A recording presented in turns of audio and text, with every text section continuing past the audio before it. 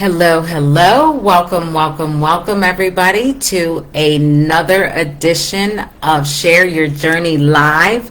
And you all have been waiting for almost 2 weeks for this, so I do apologize. So without further ado, let's get right to it. We have joy, joy, joy that is going to just come into all of us today. So today I get a chance to speak to Moj Razmi. I said it wrong? Razmi. I think I said it wrong. But anyway, she will pronounce it correctly, and she is going to tell us all about joy. I know she is, because I feel it already. Wonderful. Wonderful. Thank you for having me here, Stacy. You are certainly welcome. Okay, so we're going to get to it. So I'm going to start with my first question, and you all know, because this is a travel group, I'm always curious as to where people are located. So, Moj, where are you calling in from today? I am in Bay Area, California, in a little town called Los Altos Hills, which is about 40 minutes south of San Francisco. Okay, all right. So that gives us another destination to put on our bucket list. So thank you. So for those people out there that don't know you, how would you, or how do you describe yourself for those people that don't know you already? Well, I will describe myself as a playful soul. I think my ultimate goal is play. So even though I do a lot of hard things in life that from outside it looks hard, but for me it's a play, it's a game, and it's like adventurous. It's like I'm learning something, and I'm understanding something new, and exploring, and it's like adventure of finding the first clue and then the next clue. It's like a scavenger hunt as you move through things. I'm the founder of the Global She Circle, which is an awesome group like the one you have, and that group I revamped it. It used to be called "What's Right with You." That phrase still resonates with me, to focus on what's right and to focus on the beauty rather than what's wrong in the world. But I revamped it in January of this year on the 20th, and I reduced it to 200 people in the group. And as of now, we are 10,700, which is 8 months later. However, I took over 2 months off. I took a 4-week off and a 5-week off of traveling, because that's my thing too. And but within that 7 months, the group grew by 10,500 people, which brings me a whole lot of joy, because I get to have conversations with people. I get to give people my stage audience and let them shine their light. And so all started as sort of a game, a play of let's get to know people. Let's get to see who they are and what their mission is in life. And then I end up being engaged in all these conversations that I always wanted throughout my life, all these deep knowing of people with mission, people with really off the matrix plans, and being and living and doing things, which has been kind of like fuel my soul in a way. So it's been like a win-win situation, and it's been a lot of work, but I look at it more as a lot of play.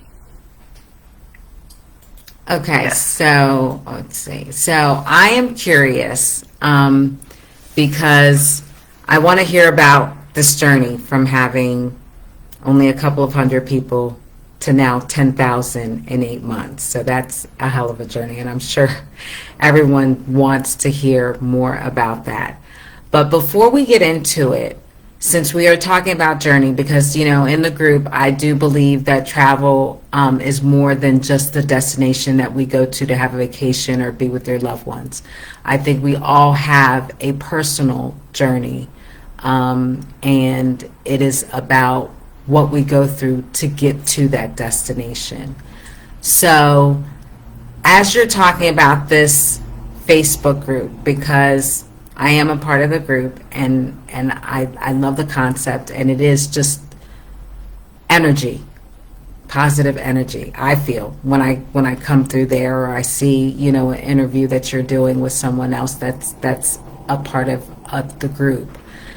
Can you take us through how you came to be? I know you had the group before it was named, it was another name, but can you take us what made you pivot from that title to the She Global She Circle, like that little tiny journey to that transition? Sure. Yeah. So last year sometime I was, you know, again, like me is a whole lot of contemplation. I sort of feel into things. I mean, I have an engineering background. I worked in the industry for almost 15 years, and I worked really hard. I played really hard to become an engineer, supporting myself with 5 jobs, paying rent, tuition, everything, and very busy, sort of all that. So I created that, but then out of that, I evolved into wanting to be a mom, and when my children showed up, and so I switched from that career to a career of more of things that made my heart sing, and so at one point, being an engineer was a thing that made me really joyous and happy, and it was a whole lot of adventure and fun, and it was a beautiful journey. And then when it wasn't and something else was more, I was like, okay, in this time frame, I'm going to switch to this other journey. And so toward the end of last year, the last like 3-4 months of last year, I was thinking that I want to have more of a global movement. The What's Right With You is really cool, but I wanted to sort of have more of a mission in the group. And so I changed the name of the group. Maybe it was like in September, October timeframe, that I changed it to Global She Circle. And the she, by she, I meant support, harmony, and empowerment. Because I think as feminine energy, we do need that support from feminine and masculine energy. And then harmony is my thing. Harmony is, when people talk about balance, I don't believe in balance, because balance means that you have to kind of do things equally on either side. To me, life is not fair. Life is not of equal. Life is more of a harmony. Life is, you go up, you come down, you go up and you come down. Like music would be super boring if it's balanced. It's more of harmony, and life would be super boring if it's balanced. It's more of a harmony. We depend on what we need to learn and what we need to clean and what we need to clear in ourselves, in our lives. We go through that harmony, and then empowerment is more of not me empowering anybody else, but us to know our power and tap into what that, like the joy, like the book I wrote, Rediscover Your Innate Joy. We have that innate power, and to sort of recognize that. And when we recognize that, we are empowering ourselves.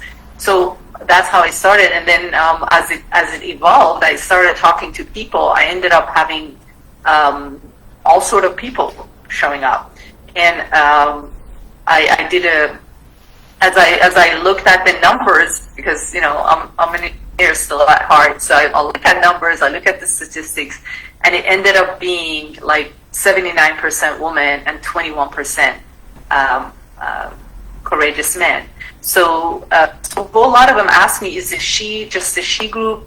And I was like, no, it's support, harmony, empowerment. So that's why I put a slash between the S and H, because that by default, I wasn't planning to put the slash there, but by default, it's like, okay, because I don't want the group to be only like it's a girls group. Right. It is encompassing everybody, and then happened to be that if you put a slash in there, it covers everybody. So So with the concept of a program that I also participated in, which was Catapult, that I think you and I met through that program, was where to just start talking to people, just interviewing people and inviting them into your circle. And it depends on how you want to play with it. You end up, developing your group in a direction that you want, and what you want to do. But for me, it all started as a new adventure. And the more I talked to people, the more I brought them in, the more I recognized, wow, this is so cool, because I get to have these conversations that we go deep. And people who I don't know, they come on screen with me, and then by the end of 20-minute, 30-minute, we are like connected. We are like, I'm connected. I've interviewed over 200, 25 people or something as of now. And with few of them, I'm very connected already, just because we had half an hour of a soulful connection. It doesn't take much to become friends. Like, that because you and I connected at the very deep level after the first time we just saw each other for like 20 minutes in a group setting. It wasn't like we were even talking one-on-one. So those heart connections are what I strive for and what I love to experience. That's amazing. I'm so glad that you mentioned about connection, because I believe that's what you radiate. I'm not sure if I've ever told you that, but I feel like you just radiate connection and joy. That's why I said joy is coming. And so in this, I always, when I'm speaking with the people and I want them to share their journey with the members in my Facebook group, I believe that others can find strength in other people's walks and the way that they might have dealt with something. So I always try to give my members, a tidbit or something that they can draw from if they're ever stuck or they feel apprehensive about making a new beginning. So was there a particular time when you were starting the Global She Circle where you felt apprehensive? And can you share what that looked like and how you kind of got over that hump, I guess? The cool thing about anything and everything we do, if you want to get technical, the cool thing about it is our perception. I mean, the cool thing is, it's like we are the center of the universe. This is the universe, and we are the center of the universe. We can be selfish, like capital S, selfish. The universe is rotating around us. Like, seriously, it is. Because it's my perception that tells me what's going on. Literally, it's my perception. Generation Zero in the U.S. I am originally from Iran. I lived through, 2 wars, a revolution in my country, of seeing people being hurt and being put out of life. And I've, as a young adult, I came to U.S. as Generation Zero with not much backing. From living in a life of comfort and being one of the 2 kids and daughter of an admiral in Navy and having all the privileges of being a Navy kid and all the sports that I wanted to participate in, all the water skiing and snow skiing, all of it was like there for me, to come to a situation as a 18-year-old, 19-year-old who I actually had to work to survive. But the perspective of it is that one thing I practiced was I'm not going to say I never put myself in a victim mode, but that was what I call the joyometer. That would be my gauge to say, hey, I'm feeling sorry for myself, or I'm feeling like this is whatever, or this is that. So that would be something for me, okay, something needs to be revised here. And it's not like I don't have anger, I don't have sadness, I don't get pissed off. Like annoyance is one of my Achilles heels. Like I get annoyed, but all of those for me are like feelings that I have to feel, and then what needs to be cleaned up. What needs to be cleaned up? You know, we think that we came here to accomplish things, whereas that's, again, if you want to get technical, that's the matrix we were put in. We got here to experience. That's it. We were privileged enough to show up in human form on this earth to experience. And if you have a problem with experiencing, then that's the problem. And then the fun part of that experiencing, the playfulness of that experience, is that we say it. We tell how we're going to experience things. So I want to go deep into this. Like I had a friend who her niece took her own life, and I don't see her very much, but she and I, somehow I called her. I don't even know why I called her. I didn't even know the niece has taken her life.